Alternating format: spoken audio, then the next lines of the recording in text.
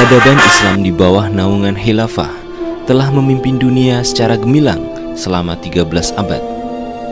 Belum pernah ada peradaban yang menyamainya. Bismillahirrahmanirrahim. Assalamualaikum warahmatullahi wabarakatuh. Alhamdulillah, alhamdulillahirrahmanirrahim. Wassalatu wassalamu ala asrafil anbiya wal mursalin wa ala alihi wa sahbihi ajma'in. Amma ba'. Apa kabar pemirsa sekalian? Pemirsa kanal Kabar Sirkah. Alhamdulillah, sekarang kita memasuki hari ke-20 di bulan Ramadan. Kali ini kultum kita akan bertema tentang ekonomi kerakyatan itu khayalan atau fiksi. Realitasnya adalah ekonomi kapitalis. Kenapa kita angkat ini? Karena sekarang ini masyarakat sedang digandrungi jargon-jargon ekonomi kerakyatan gitu. Nah, kita sebagai kaum muslimin tentunya harus cek and recheck dulu gitu, ya. Jargon-jargon ekonomi kerakyatan ini sumbernya dari mana gitu. Jadi kita sebagai kaum muslimin jangan menelan mentah-mentah gitu. Jargon ekonomi kerakyat ini kok tiba-tiba muncul gitu, ya, di tengah suasana hiruk-pikuk perpolitikan di Indonesia ini gitu. Kita akan menelusuri ide dasar dari jargon ekonomi kerakyatan ini berasal dari ideologi mana gitu. Nah, di dunia ini hanya ada 3 ideologi besar, yaitu kapitalis, sosialis, dan Islam gitu. Nah, ekonomi adalah turunan dari ideologi ini gitu.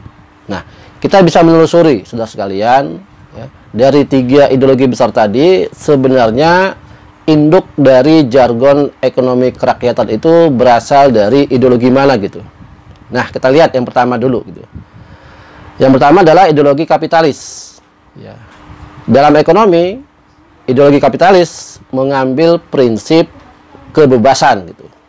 Artinya apa? Dalam kapitalis, kebebasan adalah mutlak bagi individu gitu. Jadi semua terkait dengan kepemilikan itu bebas dimiliki oleh individu tanpa batas gitu. Nah, sementara dalam sistem ekonomi sosialis, ya, prinsip kepemilikan ini juga dibatasi, ya. Kalau kapitalis oleh individu, nah, kalau sosialis oleh negara gitu. Nah, bagaimana dengan Islam gitu?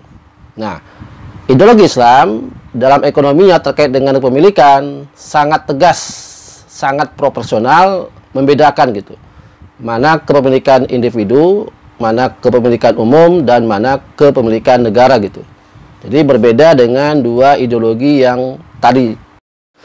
Nah, sekarang yang menjadi pertanyaan adalah ekonomi kerakyatan itu mengadopsi sistem ekonomi mana dalam hal prinsip kepemilikan gitu. Nah, ini nggak jelas gitu, ya. Dibilang ekonomi kerakyatan itu adalah berbasis ekonomi kapitalis, tidak juga gitu. Atau berbasis ekonomi sosialis, ya, tidak juga. Atau berbasis ekonomi Islam gitu, jelas tidak juga gitu. Nah, jadi ketidakjelasan prinsip kepemilikan dalam konsep ekonomi kerakyatan ini menjadi pertanyaan besar bagi kita semua gitu. Ada apa gitu? Ya, jadi jelas basis ideologinya ekonomi kerakyatan ini tidak jelas gitu, mengarah kemana gitu.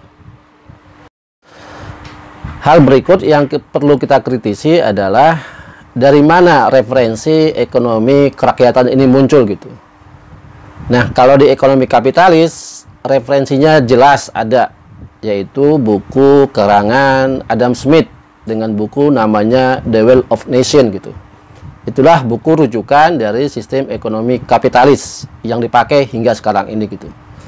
Nah, berikutnya referensi dari ekonomi sosialis adalah buku karangan Karl Marx yang berjudul Das Kapital yang menjadi rujukan negara-negara sosialis gitu.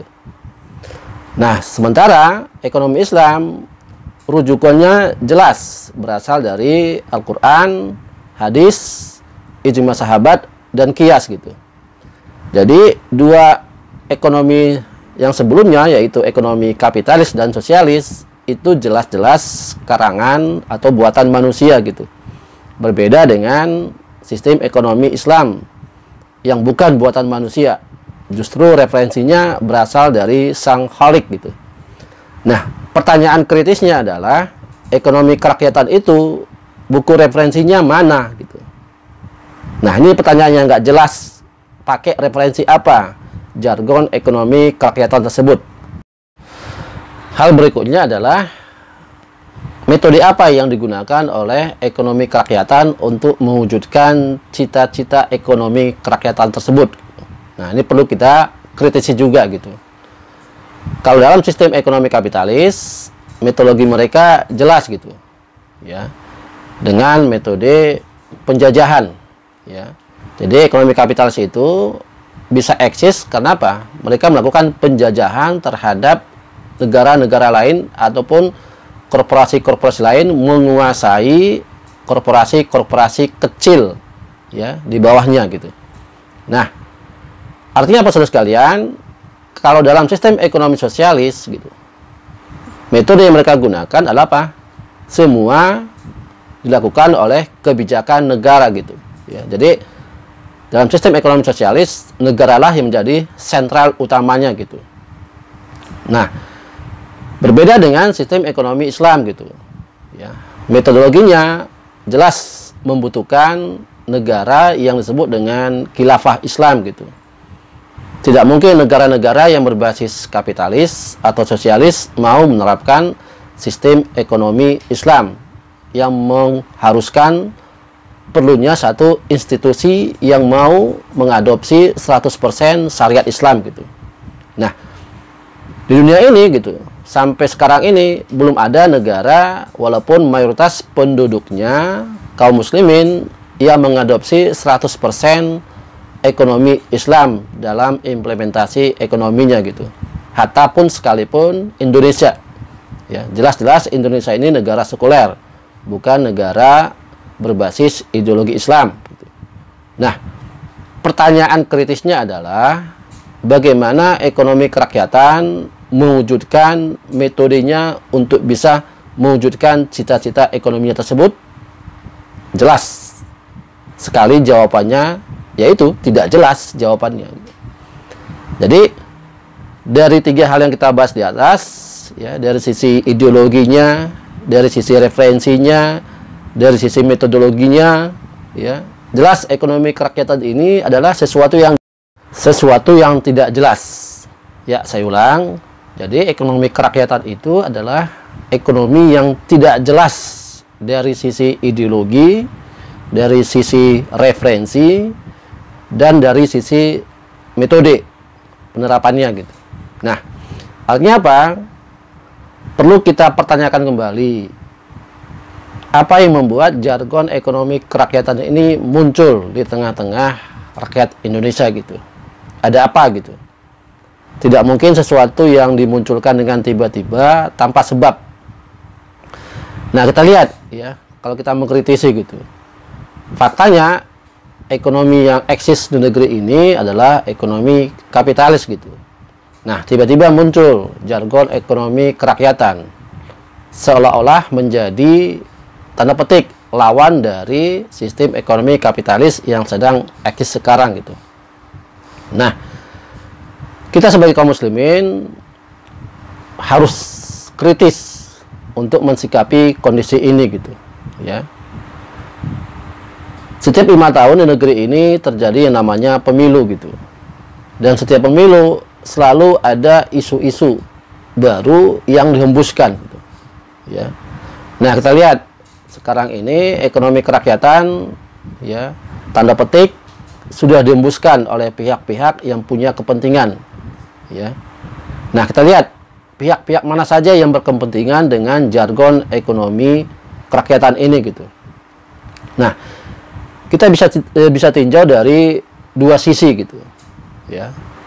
Yang pertama gitu, ya, pihak-pihak yang menyuarakan jargon ekonomi kerakyatan itu, ya, bisa jadi merupakan pihak-pihak yang ingin kepentingannya tidak terganggu gitu. ya. Jadi mereka yang selama ini menikmati ekonomi di Indonesia yang berbasis kapitalis gitu. Karena munculnya kesadaran kaum muslimin ya, terutama kaum muslimin di Indonesia ini terhadap ekonomi yang berbasis Islam gitu. Nah, sementara ya jelas-jelas ekonomi Islam ini tidak akan menerima ya yang namanya ekonomi yang berbasis di luar ideologi Islam gitu. Nah, ini menjadi pertentangan berikutnya gitu ya. Ekonomi sekarang ini dikuasai oleh kaum kapitalis di negeri ini gitu. Sementara kaum muslimin semangat dan kesadarannya berekonomi Islam sudah mulai tumbuh dan terus berkembang kesadaran tersebut gitu. Nah, ini menjadi ancaman bagi pihak-pihak yang sekarang ini menguasai ekonomi di negeri ini gitu. Ya. Nah, satu sisi ya, mereka tidak mungkin ya menghalangi ini gitu. Karena mereka paham gitu. Ya, kaum muslimin adalah mayoritas di negeri ini gitu. Jika menghalangi ini, jelas-jelas mereka akan berhadapan dengan kaum muslimin gitu. Nah, dibuatlah isu ya. Isu-isu yang seolah-olah ya memihak kepada rakyat, tapi sesungguhnya itu hanya apa? Tameng. Ya, jadi tameng bagi pihak-pihak yang kepentingan bisnisnya atau ekonominya tidak mau terganggu gitu. Nah, pihak yang lain ya yang mungkin menghembuskan isu ekonomi kerakyatan ini adalah pihak yang tidak sedang menikmati ekonomi di Indonesia ini, tapi ingin ikut ambil bagian dalam memperebutkan kue ekonomi di Indonesia gitu. Tapi tidak ingin menggunakan sistem ekonomi Islam. Ya. Kenapa saya mengatakan seperti itu? Ya. Negeri ini adalah negeri sekuler gitu. Ya. Yang namanya negeri sekuler gitu. Ya. Terkait dengan nilai-nilai agama, terutama Islam, itu dalam negara sekuler tidak bisa ya ikut ambil bagian dalam mengatur negara ini gitu. Ya. Jadi cukuplah Islam itu hanya hadir di rumah-rumah ibadah, ya di masjid, di majelis taklim, atau di pengajian-pengajian. Ya, bagi mereka itu sudah cukup. Nah, sementara Islam ya mengharuskan semua bidang kehidupan dimasuki oleh nilai-nilai Islam gitu. Nah, ini menjadi analisa kita gitu. Pihak yang kedua ini ya yang tidak sedang menikmati ekonomi Indonesia ini, tapi ingin juga ikut ambil bagian dalam memperebutkan ya kue ekonomi, tapi tidak ingin ekonominya berbasis ekonomi Islam gitu. Ya. Tapi karena faktanya mayoritas kaum muslimin di negeri ini ya, maka dipakailah strategi untuk mendistorsi ya. Maksudnya distorsi ini adalah apa? Menyelewengkan ya atau menjauhkan ya nilai-nilai Islam itu sendiri dari kehidupan, terutama ekonominya gitu. Ya, jadi dipakailah yang sedikit mirip-mirip ya dengan nilai-nilai Islam ya, tapi sebenarnya tidak mengandung nilai-nilai Islam itu sendiri gitu. Maka dimunculkanlah ekonomi kerakyatan. Jadi seolah-olah memihak kepada rakyat, tapi sesungguhnya basis ideologinya tidak jelas gitu. Ya, nah ini ya ketidakjelasan inilah yang menjadi apa? Ya, semacam batu pintu masuk bagi pihak-pihak tersebut untuk mengisi ekonomi kerakyatan itu dengan sistem ekonomi ya yang tiga tadi gitu. Ya. Apakah bisa berisi ekonomi kapitalis, berisi ekonomi sosialis, atau berisi ekonomi Islam gitu. Nah, tadi ekonomi Islamnya kita sudah jelaskan, tidak mungkin gitu. Ya, tidak mungkin mereka mau membawa ya, isu ekonomi Islam dalam jargon ekonomi kerakyatan tersebut. Ya, jelas tidak mungkin gitu. Ya. Nah, kita perhatikan ya, pihak-pihak yang menyuarakan jargon-jargon ekonomi kerakyatan tidak pernah kita dengar sekali terkait dengan ya namanya prinsip-prinsip ekonomi Islam dalam jargon ekonomi kerakyatan tersebut gitu. Ya, tidak dimunculkan gitu. Nah, dua kemungkinan tersebut ya, yang pasti ini membuat semacam kekaburan di masyarakat. Ya, artinya apa? Ya, ekonomi kerakyatan tersebut ya hanya dua sistem ekonomi yang mungkin mengisinya gitu. Ya. Yang pertama kapitalis, ini peluangnya lebih besar gitu. Karena faktanya ekonomi kapitalislah yang sedang menguasai perekonomian di Indonesia ini gitu. Nah, sementara kalau sistem ekonomi sosialis kecil kemungkinan gitu. Ya, walaupun ada pengusung-pengusungnya gitu. Ya. Diprediksikan bahwa pengusung-pengusung ekonomi sosialis ini juga ya sebenarnya ada di dalam rejim itu sendiri gitu. Tapi tidak berani memunculkan secara terang-terangan gitu. Nah, jadi kemungkinan besar ekonomi kerakyatan tersebut diisi oleh nilai-nilai ekonomi kapitalis. Nah, inilah yang paling memungkinkan gitu, ya. Nah, artinya apa saudara sekalian gitu, ya. Jadi ini adalah satu tipuan ya bagi rakyat, terutama kaum muslimin, dengan jargon ekonomi kerakyatan tersebut, ya. Sebenarnya hanya untuk memalingkan masyarakat, terutama kaum muslimin, dari nilai-nilai ekonomi yang berbasis Islam gitu. Ya. Kenapa seperti itu? Ya. Karena kesadaran kaum muslimin berislam itu sekarang mulai tinggi gitu. Nah, ini tidak mungkin dibendung secara terang-terangan. Ya. Maka harus dibendung dengan cara yang lebih halus gitu. Tanpa disadari oleh kaum muslimin gitu. Nah, karena ekonomi itu sangat terkait dengan kehidupan setiap manusia, ya, karena kita mayoritas kaum muslimin di negeri ini, maka pihak-pihak yang berkepentingan dengan jargon ekonomi kerakyatan tersebut, ya, pastilah, ya, tidak mau berhadapan secara langsung dengan kaum muslimin.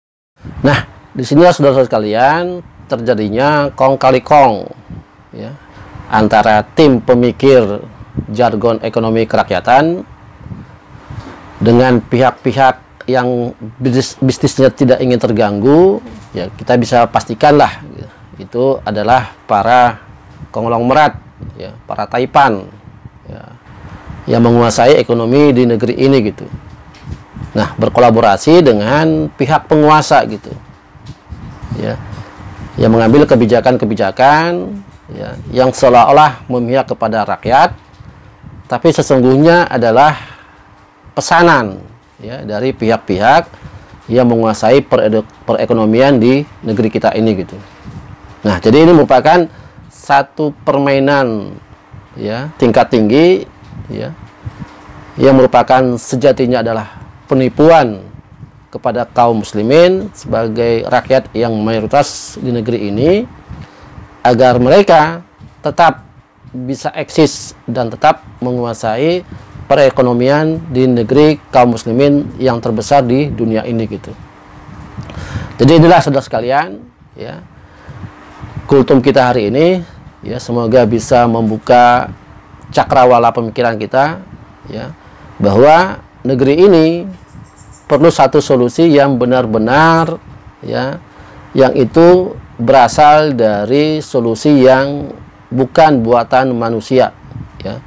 Jadi kalau solusinya masih buatan manusia, ya, itu jelas-jelas bukan solusi tuntas, karena keterbatasan manusia dalam bisa memahami, ya, semua yang menjadi permasalahan yang dihadapinya gitu, dan juga sekaligus solusi yang harus diikuti oleh manusia itu sendiri gitu. Ya, kesimpulannya adalah jelas ekonomi kerakyatan itu hanya khayalan atau fiksi, ilusi yang sengaja dihembuskan oleh pihak-pihak yang tidak ingin kepentingan ekonominya terganggu, yang sedang menguasai perekonomian di negeri kita ini gitu, dan berkolaborasi dengan pihak penguasa. Baik, demikian saudara sekalian kultum kita hari ini. Semoga bermanfaat. Saya akhiri. Assalamualaikum warahmatullahi wabarakatuh.